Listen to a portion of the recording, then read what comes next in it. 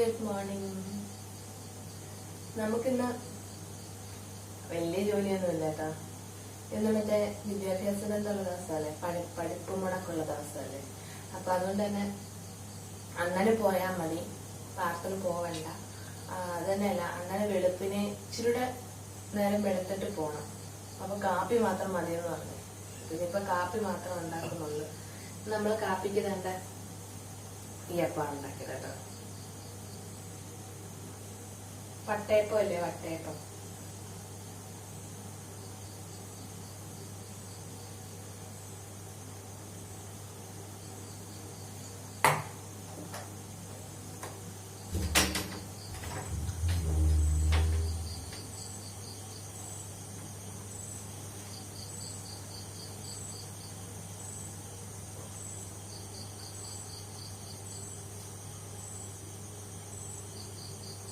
അമ്പലത്തിൽ ഭക്തിഗാനം കേൾക്കുന്നുണ്ടോ നിങ്ങള്? നിങ്ങൾക്ക് കേൾക്കാൻ പറ്റത്തില്ലായിരിക്കും. എന്റെ ഫോണിനകത്ത് കുറച്ചൊക്കെ സൗണ്ടുകൾ ഇങ്ങനെ പിടിച്ചെടുക്കത്തുള്ളൂ. നല്ലൊരു വൈബാ. ഈ ജനലങ്ങോട്ട് തുറക്കുമ്പോ ഉണ്ടല്ലോ, നല്ല തണുത്ത കാറ്റും അമ്പലത്തിലെ ആ പാട്ടൊക്കെ കേൾക്കുമ്പോ ഉണ്ടല്ലോ, സൂപ്പറാ. എനിക്ക് ഈ അലർജി ഉണ്ടായതുകൊണ്ട് തന്നെ ജനൽ തുറന്ന് കഴിയുമ്പോൾ തണുത്ത കാറ്റ് കയറി വരുമ്പോൾ ഉണ്ടല്ലോ തുമ്മലുണ്ട് കേട്ടോ. അതുകൊണ്ടാണ് തുമ്മിയത് കേട്ടോ. പിന്നെ എനിക്ക് ഇന്ന് വലിയ ജോലികളൊന്നും വെളുപ്പിനെ ഇല്ലായിരുന്നു. കാരണം ഇന്ന് നമുക്ക് വിദ്യാഭ്യാസ ബന്ധമൊക്കെയല്ലേ. അപ്പോൾ അതുകൊണ്ട് പ്രാർത്ഥന പോവണ്ട, അണ്ണന് ചോറ് കൊണ്ടുപോകണ്ട. അതുകൊണ്ട് ഇത്തിരി പെതുക്കെയായിരുന്നു എല്ലാം ചെയ്ത്. കാപ്പിയൊക്കെ കൊടുത്തിട്ട് ആൾ പോയി. പിന്നെ പാർത്ഥം അവന് നമ്മുടെ വട്ടയപ്പം ഉണ്ടാക്കിയ വട്ടയപ്പമൊക്കെ കൊടുത്തു. അവനിങ്ങനെ ഫോണൊക്കെ കണ്ട് ആസ്വദിച്ചിരുന്ന് കഴിച്ചു. പിന്നെ ഞാനും കട്ടനൊക്കെ ഇട്ട് കുടിക്കാം എന്ന് കരുതി. കുറച്ച് നേരം വെളുത്തിട്ടാണ് കേട്ടോ, നല്ലപോലെ നേരം വെളുത്തിട്ട് 7 മണിയൊക്കെ ആയി.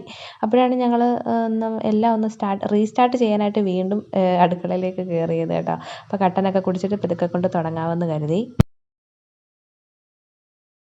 ചോറ് വെക്കണം, കറി വെക്കണം, എല്ലാം ഇനി ഒന്നിന്ന് തുടങ്ങണം. അപ്പൊ നമുക്ക് സ്റ്റാർട്ട് ചെയ്യാം. ചോറ് തിളപ്പിച്ചു വെച്ചു കേട്ടോ. കുറച്ച് ചോറ് ഇരിപ്പുണ്ടായിരുന്നു, ഞാനിപ്പോ തിളപ്പിച്ചു വെട്ടി. പിന്നെ ഇന്നലെ ചൂടയാണെങ്കിലേ തോരൻ വെച്ചായിരുന്നു, അതൊരു കുറച്ചിരിപ്പുണ്ട്. ഇപ്പൊ പഴകിഞ്ഞി ആർക്കെങ്കിലും കുടിക്കണം എന്നുണ്ടെങ്കിൽ എന്റെ കൂടെ കഴിക്കാമല്ലോ. അപ്പൊ ഞാൻ ചൂടാക്കി വെച്ചതാ.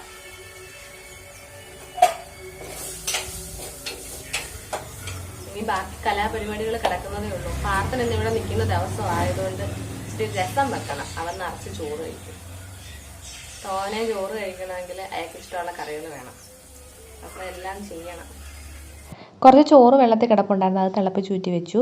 പിന്നെ നമുക്ക് ചൂടത്തോരനൊന്ന് ചൂടാക്കി വെച്ചിട്ടുണ്ട്. പിന്നെ അടുപ്പിൽ ചാരമൊക്കെ വാരിയിട്ട് ചോറൊക്കെ വെക്കാനായിട്ട് കഞ്ഞിക്ക് വെള്ളം വെക്കാൻ തയ്യാറെടുക്കാമെന്ന് കരുതി. അങ്ങനെ ജോലിയൊക്കെ കഴിഞ്ഞപ്പോൾ നമ്മുടെ പേരേന്ന് പിച്ചിക്കൊണ്ട് വന്ന പേരയ്ക്കാണ് കേട്ടോ. വലിയ മധുരമൊന്നുമില്ലായിരുന്നു, പക്ഷെ നിന്ന് പഴുത്തതായിരുന്നു. എന്നിട്ടും വലിയ മധുരം ഇല്ലായിരുന്നു. ഞങ്ങൾ പിച്ചിക്കൊണ്ട് വന്നു. പിന്നെ ആണെങ്കിലേ മുറ്റത്ത് ഇറങ്ങി എന്താണെന്ന് ചോദിച്ചു കഴിഞ്ഞാൽ ഇന്നെനിക്കൊരു പാക്ക് ഇടണം തലയിൽ കേട്ടോ. അപ്പോൾ അതിനായിട്ട് ഞാൻ അലോവേര എടുക്കാനായിട്ട് വന്നത്. നമ്മുടെ മുറ്റത്ത് തന്നെ അലോവേര, ഇതൊരു വലിയ അലോവേരയാണ് കേട്ടോ. ഇതിനകത്ത് നിന്ന് കുറേ കുട്ടികളുണ്ടായിട്ടുണ്ട്. ഞാൻ ഈ കുട്ടികളെല്ലാം മാറ്റി അവിടെ ഇവിടെയൊക്കെ നട്ടിട്ടുണ്ട്. നമുക്ക് സ്കിന്നിനായാലും ഹെയറിനായാലും എപ്പോഴും നല്ല ഒരു സാധനമാണല്ലോ അലോവേര, കറ്റാർ വാഴ എന്ന് പറയുന്നത്. അപ്പം അത് എടുക്കാനായിട്ട് വന്നതാ. ഇത് കണ്ടോ, എൻ്റെ 10 മണിക്കകത്ത് പൂ പിടിച്ചിട്ടുണ്ട്. അതിനകത്തുള്ള മഞ്ഞക്കറ പോകാനായിട്ട് ഞാനിങ്ങനെ കുറേ നേരം ഇങ്ങനെ കുത്തിച്ചാരി വെച്ച് കേട്ടോ. അപ്പോൾ അത് അവിടെ നിന്ന് കറയൊക്കെ പോട്ടെന്ന് കരുതി. പിന്നെ ഞാൻ ഫുഡ് കഴിക്കാൻ, ഇന്ന് ഉച്ചയ്ക്കത്തെ ഫുഡ് ഇതാണ് കേട്ടോ. സാമ്പാറും മുട്ട പൊരിച്ചതും പിന്നൊരു തോരനും, പയറുതോരനും പിന്നെ ചൂട പറ്റിച്ചതും. അത് ചൂട 2-3 ദിവസത്തേക്ക് നമ്മുടെ വീട്ടിലുണ്ടായിരുന്നു. വാങ്ങിക്കുമ്പോൾ ഇച്ചിരി തോനെയും വാങ്ങിക്കും. അപ്പോൾ അതും ഞാൻ തോരനാണ്. ഞാൻ അങ്ങനെ ഒഴിച്ചു കറിയായിട്ട് ചൂട വെക്കാറില്ല. ചൂട മീൻസ് നമ്മുടെ നെത്തോലി. അപ്പം തോരനായിട്ടാണ് ഞാൻ വെക്കുന്നത് കേട്ടോ. എനിക്ക് ഇഷ്ടം അതാ. എനിക്ക് മാത്രമല്ല, ഇവിടെ എല്ലാവർക്കും ഇഷ്ടം അതാ. ചാറ് കറി വെക്കുന്നതിൽ നല്ലത് അങ്ങനെ തോരനായിട്ട് എടുക്കുന്നത് ഇവിടെ എല്ലാവർക്കും ഇഷ്ടം. അങ്ങനെ പിന്നെ ഇതെല്ലാം കൂട്ടി ഒന്ന് ഫുഡൊക്കെ കഴിച്ചതിന് ശേഷം ഞാൻ പറഞ്ഞില്ലേ നമുക്കൊരു പായ്ക്കിടണമെന്ന്. അങ്ങനെ പിന്നെ തലയിൽ എണ്ണയൊക്കെ തേക്കാമെന്ന് കരുതി. ഞാനിപ്പോൾ തേക്കുന്നത് സാധാ എണ്ണയാണ് കേട്ടോ, വെളിച്ചെണ്ണ.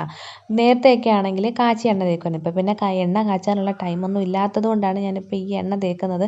അത് തന്നെയല്ല, നമ്മൾ എവിടെയെങ്കിലും പോകുമ്പോൾ നമുക്ക് കാച്ചെണ്ണ കൊണ്ടുപോകാൻ പറ്റിയില്ലെങ്കിൽ നമുക്ക് സാധാ എണ്ണ തന്നെ തേച്ചല്ലേ പറ്റൂ. അപ്പം മുടിക്ക് കുഴപ്പമൊന്നും വരാതിരിക്കാനും എല്ലാ എണ്ണകളും തേക്കുന്ന നമ്മുടെ മുടിയായിട്ട് അതിങ്ങനെ പൊരുത്തപ്പെട്ട് പോകണം, അതിന് വേണ്ടിയാണ്. പിന്നെ ഞാനൊരു പാക്ക് റെഡിയാക്കി വെച്ചിട്ടുണ്ട്, അത് ഇടുവാണ്.